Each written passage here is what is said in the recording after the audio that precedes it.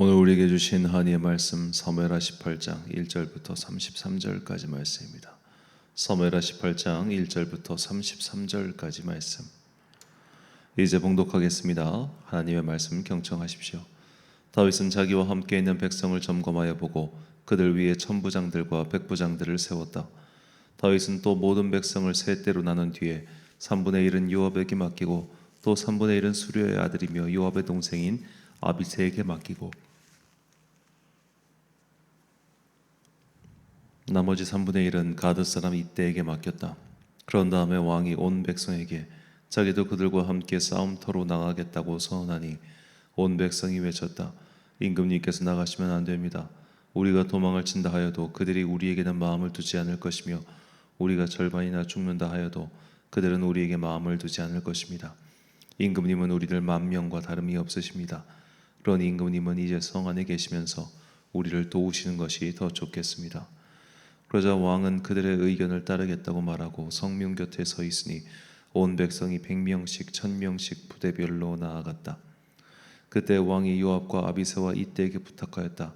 나를 생각해서라도 저 어린 압살롬을 너그럽게 대하여 주시오. 왕이 압살롬을 너그럽게 대하여 달라고 모든 지휘관에게 부탁하는 말을 온 백성이 다 들었다. 다윗의 군대가 이스라엘 사람과 싸우려고 들녘으로 나아가서 에브라임 숲속에서 싸움을 하였다. 거기에서 이스라엘 백성이 다윗의 부하들에게 패배하였는데 그들은 그날 거기에서 크게 패하여서 20,000명이나 죽었다. 싸움이 온 땅 사방으로 번져 나가자 그날 숲속에서 목숨을 잃은 군인이 칼에 찔려서 죽은 군인보다 더 많았다. 압살롬이 어쩌다가 다윗의 부하들과 마주쳤다. 압살롬은 노새를 타고 있었는데 그 노새가 큰 상수리 나무에 울창한 가지 밑으로 달려갈 때에 그의 머리채가 상수리 나무에 휘감기는 바람에 그는 공중에 매달리고 그가 타고 가던 노새는 빠져나갔다. 어떤 사람이 이것을 보고서 요압에게 알려주었다. 압살롬이 상수리 나무에 매달려 있습니다. 요압이 자기에게 소식을 전하여 준 그 사람에게 물었다. 내가 그를 보았는데도 왜 그를 당장에 쳐서 땅에 쓰러뜨리지 않았느냐? 그랬더라면 내가 너에게 은 10개와 띠 하나를 주었을 것이다. 그 사람이 요압에게 대답하였다. 비록 은 1000개를 달아서 저의 손에 쥐어주신다고 하여도 저는 감히 손을 들어 임금님의 아들을 치지 않을 것입니다. 임금님께서 우리 모두가 듣도록 장군님과 아비새와 이때에게 누구든지 어린 압살롬을 보호하여 달라고 부탁하셨기 때문입니다.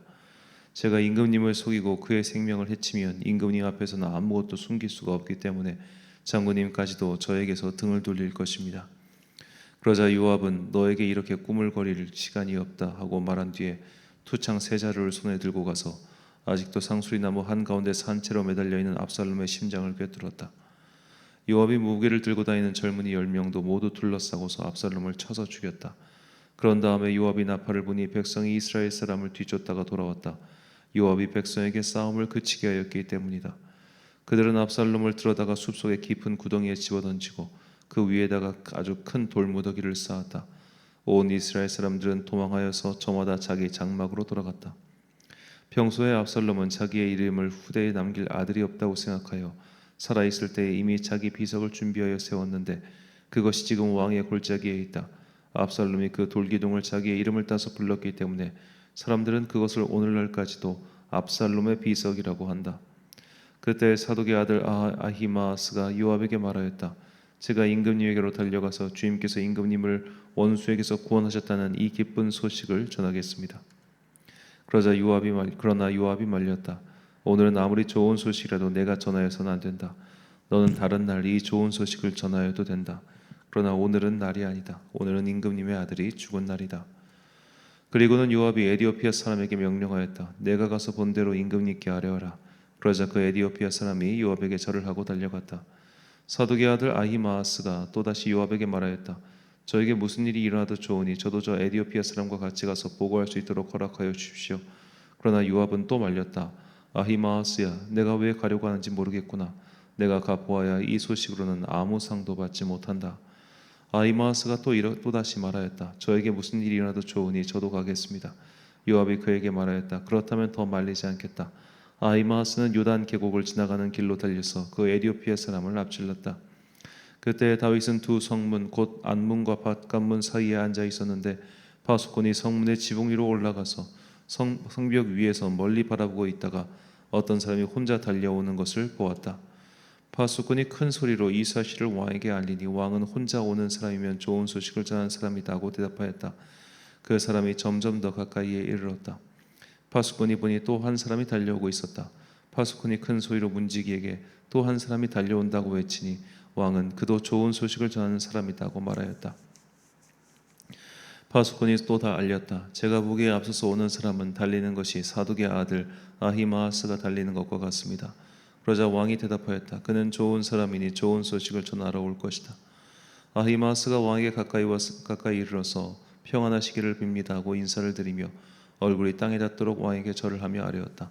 높으신 임금님께 반역한 자들을 없애버리시고 임금님께 승리를 안겨주신 임금님의 주 하나님을 찬양합니다. 왕이 그 어린 압살롬도 평안하더냐 하고 물으니 아히마아스는 임금님의 신하 요압이 이 종을 보낼 때에 큰 소동이 있었습니다. 마는 무슨 일인지는 모르겠습니다. 왕이 물러나서 곁에 서 있어라 하고 말하니 그는 곁으로 물러나서 서 있었다. 바로 그때 그 에디오피아 사람이 들어왔다. 에디오피아 사람이 왕에게 아뢰었다. 높으신 임금님께 기쁜 소식을 가져왔습니다. 주님께서 오늘 임금님께 반역한 자들을 없애버리시고 임금님께 승리를 안겨주셨습니다. 왕이 에티오피아 사람에게 물었다. 그 어린 압살롬이 평안하더냐? 에티오피아 사람이 대답하였다. 높으신 임금님의 원수들을 비롯하여 임금님께 반역한 자들이 모조리 그 젊은이와 같이 되기를 바랍니다. 왕은 이 말을 듣고 마음이 찢어질 듯 아파서 성문 위에 다락방으로 올라가서 울었다. 그는 올라갈 때에 내 아들 압살롬아, 내 아들 압살롬아, 내 아들 압살롬아, 너를 대신에 차라리 내가 죽을 것을 압살롬아, 내 아들아, 내 아들아 하고 울부짖었다. 아멘. 투명하게 드러내신다라는 제목으로 하나님의 말씀 선포하겠습니다. 우리나라 위인들 가운데 어떤 집단도, 개인도, 그리고 또 심지어 드라마나 영화에서도 특히 나쁜 쪽으로 각색할 수 없는 사람, 단점을 보여내서는 안 된 사람이 있습니다. 바로 세종대왕과 이순신 장군입니다. 이 두 분에게는 성자가 붙어요. 세종대왕은 성군이고 이순신 장군은 그냥 영웅이 아니라 성웅이에요. 이 두 분은 진짜 건들면 난리가 나요. 예전에 한 드라마가 이 세종대왕을 좀 괴상하게 그렸다가 2회 만에 그 드라마가 엎어지고 편성이 취소된 적이 있었습니다.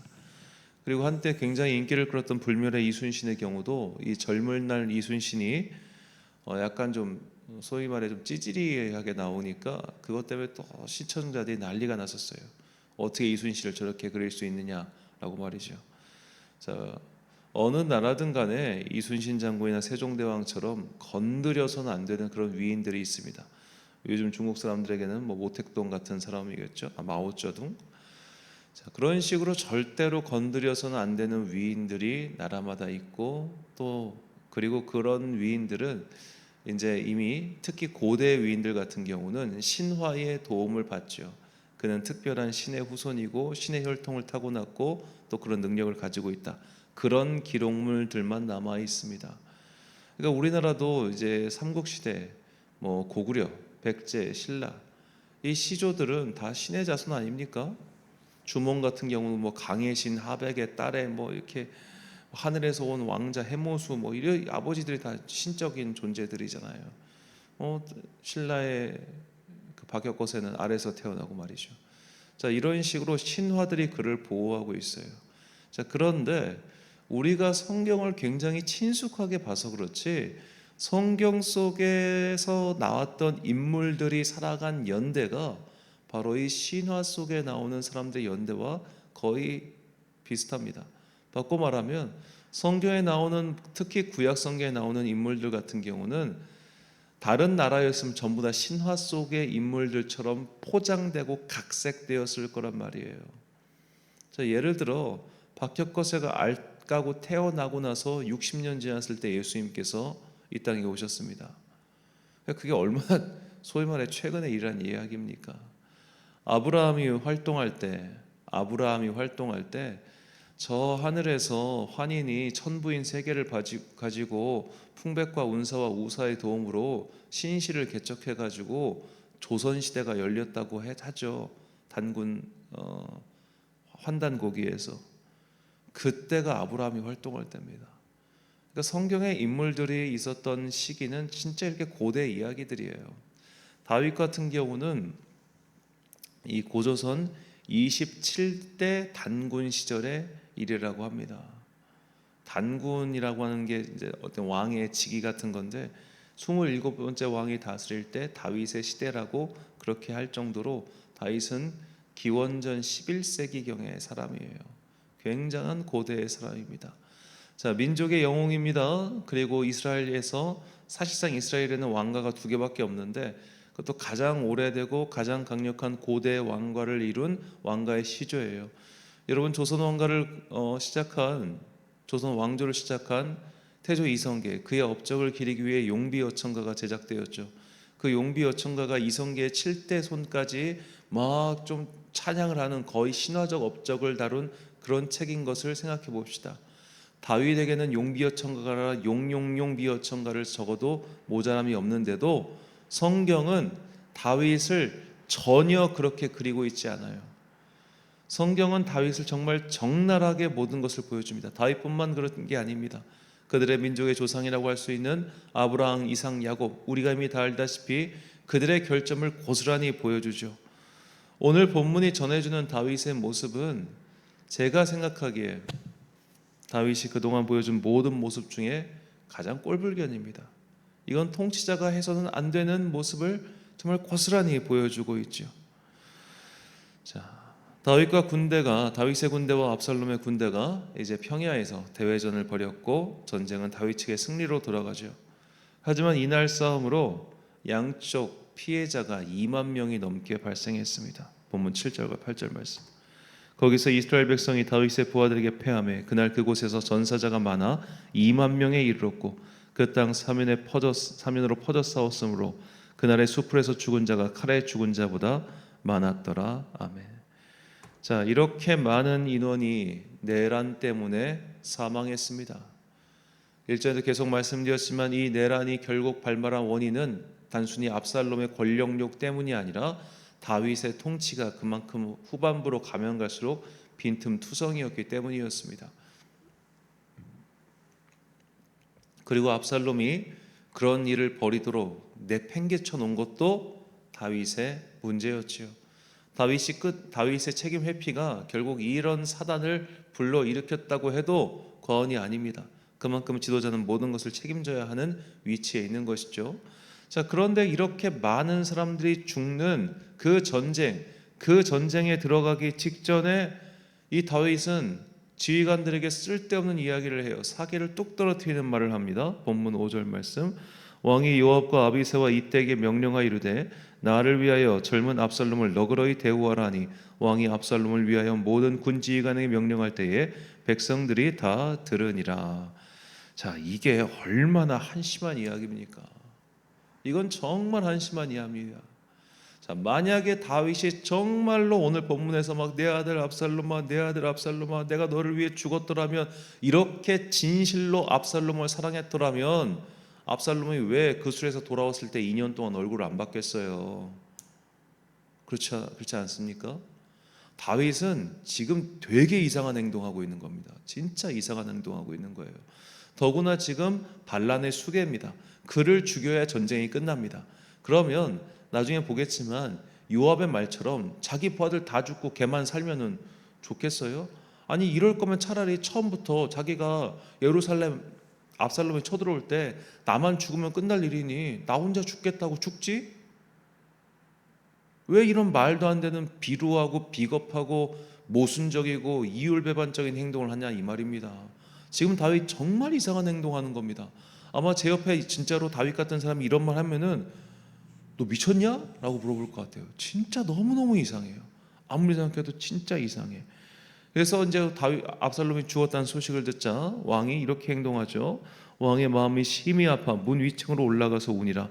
그가 올라갈 때 말하기를 내 아들 압살롬아, 내 아들 압살롬이 차라리 내가 너를 대신하여 죽었더라면 압살롬 내 아들아 하였더라. 참 웃기죠. 죽지 그러면 자기가 대신해서. 대신도 아니죠. 죽을 기회는 얼마든지 많았죠. 자기가 죽기 싫어서 재빨리 도망쳐 놓고선 후궁들 10명 갖다 버려두고 자기는 자기 살겠다고 열심히 도망쳐 놓고선 왜 이제 와서 내가 널 위해 죽었더라면. 이거 거짓말입니다. 이거 거짓말이에요. 저는 정말 이 다윗이라는 인물에 대해서 정말 진절머리가 떨어지는 순간이 저는 이 순간입니다. 왜 이렇게 행동하지? 이해가 안 가고 너무 납득이 안 가요. 근데 이게 제가 어렸을 때 읽을 때는 안 보이다가 나이가 들면 들수록 보이더라고요. 이게 얼마나 지도자로서 리더로서 무책임한 행동입니까? 얼마나 참 한심한 행동입니까? 그런데 성경이 이거를 우리에게 고스란히 보여주고 있다는 게 중요해요. 요압의 말이 정말 정론이고 그의 패부를 찌르죠. 그 다음 장인 사무엘하 19장 5절과 6절. 요압의 집에 들어가서 왕께 말씀드리되 왕께서 오늘 왕의 생명과 왕의 자녀의 생명과 처첩과 비빈들의 생명을 구원한 모든 부하들의 얼굴을 부끄럽게 하시니 이는 왕께서 미워하는 자는 사랑하시며 사랑하는 자는 미워하시고 오늘 지휘관들과 부하들을 멸시하심을 나타내심이라. 오늘 내가 깨달으니 만일 압살롬이 살고 오늘 우리가 다 죽었다면 왕이 마땅히 여기실 뻔하였나이다. 자, 이 다음 7절에 보면 당신 계속 이러고 있으면 이제 부하 한 명도 당신한테 남기지 않고 다 떠날 거야. 이렇게 경고합니다. 요압이니까 할 수 있는 경고죠. 이 사촌 조카니까. 자, 근데 그 맞는 말 아닙니까? 말도 안 되는 짓을 했단 말이에요. 그리고 이 말도 안 되는 짓을 한 것을 성경이 고스란히 전해주고 있다는 것, 이것이 중요합니다. 성경은 숨기지 않습니다. 성경은 꾸미지 않습니다. 성경에는 미사여구가 없습니다. 그래서 성경이 진실한 책, 진리의 말씀인 거죠. 어느 교수님의 말씀처럼 저에게 하셨던 말씀인데, 성경이 믿어질 수밖에 없는 이유는 이스라엘 민족이, 이 책의 저자인 이스라엘 민족이 히브리어로 쓰였으니까 자신의 조상들을 깎아내리는 것을 전혀 개의치 않았다는 거예요. 있는 그대로 전해받은 말씀 그대로를 적어놨어요. 그것이 흠이 되든 뭐가 되든 상관없어요. 그렇기 때문에 오늘날 우리가 그 고대, 사실 우리나라 역사를 치면 상고시대 사람이에요. 여러분, 단군을 숭배한다는 사람들이 그 단군 왕검이라고 하는 그 역사 속에 있었던 한 인물을 이렇게 입체적으로 받아들이고 생각합니까? 그렇게 생각하지 않잖아요. 하지만 우리는 그보다 더 전 시대의 사람들인 뭐 노아라든지 아브라함이나 이런 사람들을 굉장히 입체적으로 받아들이고 생각하고 있잖아요. 그 이유가 무엇입니까? 성경이 적나라하게 드러내주고 있기 때문입니다. 그들이 잘한 것과 그들이 못한 것과 그들의 어떤 순결한 신앙과 동시에 못난 모습까지 다 보여주고 있기 때문이에요. 다윗도 이렇게 한심한 모습도 보여줬지만 하나님을 신실하게 의지한 모습도 있었어요. 그에게도 전생기가 있었고 그에게도 쇠퇴기가 있었어요. 그 모든 것이 있기 때문에 우리가 다윗을 입체적으로 보면서 그래, 다윗이라는 인물도 이런 잘못을 저지르고 이렇게 비루했고 이렇게 후퇴하기도 했지. 우리도 그렇게 살고 있지. 우리도 그렇게 충분히 살고 있지. 이것을 우리가 오늘 이야기를 통해 배워야 됩니다. 자, 우리는 남의 허물 들춰내는 거 참 좋아하고 참 잘합니다. 저는 오늘날 소위 말해 네티즌 수다대 이래가지고 막 사람 뒤캐고 막 이거 파헤치는 인간들의 속성을 보면서 그래, 인간이 원래 이렇지라는 생각을 참 많이 해요. 인간의 습성이 그래요. 그런데 그들의 죄악만 드러날 것 같습니까? 우리의 죄악도 당연히 드러납니다. 잠언의 말씀만 읽겠습니다. 10장 9절 바른 길로 행하는 자는 걸음이 평안하려니와 굽은 길로 행하는 자는 드러나리라. 15장 11절 스올과 아바돈도 여호와 앞에 드러나거든 하물며 사람의 마음이리요. 26장 26절 속임으로 그 미움을 감출지라도 그의 악이 회중 앞에 드러나리라. 아멘. 자, 숨길 수 없습니다. 다 드러납니다. 그들과 나의 차이점이 있다면 누군가는 드러나서 욕을 먹을 뿐이고 우리는 드러나지 않아서 욕을 먹지 않고 있을 뿐입니다. 그렇다면 모든 것이 주님 앞에서 숨김없이 드러난다면 우리의 기도 제목은 하나여야 합니다. 누군가의 못난 모습을 보며 나도 거기에 동참해서 그거 파헤치고 퍼다 나르고 욕할 것이 아니라 내가 지금까지 살면서 저지른 모든 악행과 허물과 죄악도 저렇게 드러날 수도 있겠구나. 주님, 나를 지켜주세요. 내가 잘못했어요. 내가 회개합니다라는 겸비한 마음을 가지고 살아가야 합니다. 난 저렇게까지 잘못한 거 없는데? 여러분, 누군가가 하나 악의를 가지고 그거 더 씌우잖아요. 못 벗어 던집니다. 얼마나 많은 사람들이, 얼마나 많은 연예인들이 누군가 악의를 가지고 더 씌운 이미지를 벗어 던지느라 그 얼마나 많은 고생을 합니까? 그거 바뀌는데 얼마나 많은 세월이 걸렸으며 그동안 입은 그들의 상처와 손해는 누가 보상해 줍니까? 아무도 보상 안 해줘요. 그리고 그런 일이 나에게 일어나지 말란 법이 없어요. 그리고 또 우리가 저지른 악과 허물이 10이라고 하면은 사람들은 그것을 100처럼 부풀려서 받아들이곤 해요.